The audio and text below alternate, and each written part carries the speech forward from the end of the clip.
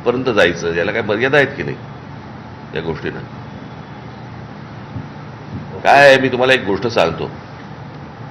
मी अनेकदा आमच्या लोकांना मी सांगत आलो, ज्या वेळेला आजपर्यंत जगात एखाद्या सत्ताधाऱ्यांनी त्यांचा विरोधक अथवा दुश्मन म्हणता येत नाही, पण दुश्मन विरोधक ज्या वेळेला संपवलेले आहेत, त्या वेळेला त्यांच्यात विरोधक आणि दुश्मन तयार झालेले आहेत आणि त्यांनीच त्यांना संपवलेलं आहे. ही प्रक्रिया भारतीय जनता पक्षामध्ये सुरू झालेली आहे. त्याच्यामुळे बाहेरचे विरोधी पक्ष तुम्ही संपवणं हे सोडून द्या, परंतु आता तुमच्यात जे विरोधक निर्माण झालेले आहेत याच्यातनं तुम्हाला जो त्रास होईल आता, तो तुम्ही पण बघत राहा. आणि हा जगाचा इतिहास आहे. समोरचे तुम्ही विरोधक संपवलेत की तुमच्यात विरोधक निर्माण होतात. आणि पाठीच्या काळातही तेच झालं होतं. अनेक वेळेला ह्याच गोष्टी घडलेल्या आहेत.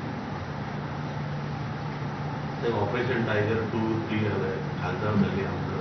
काल शशी नाईक यांनी सोमवारी आंदोलन परिषदेमध्ये सरकारच्या विरोधात. काय प्रश्न विकत घेणाऱ्यांचा नाहीये, विकल्या जाणाऱ्यांचा आहे.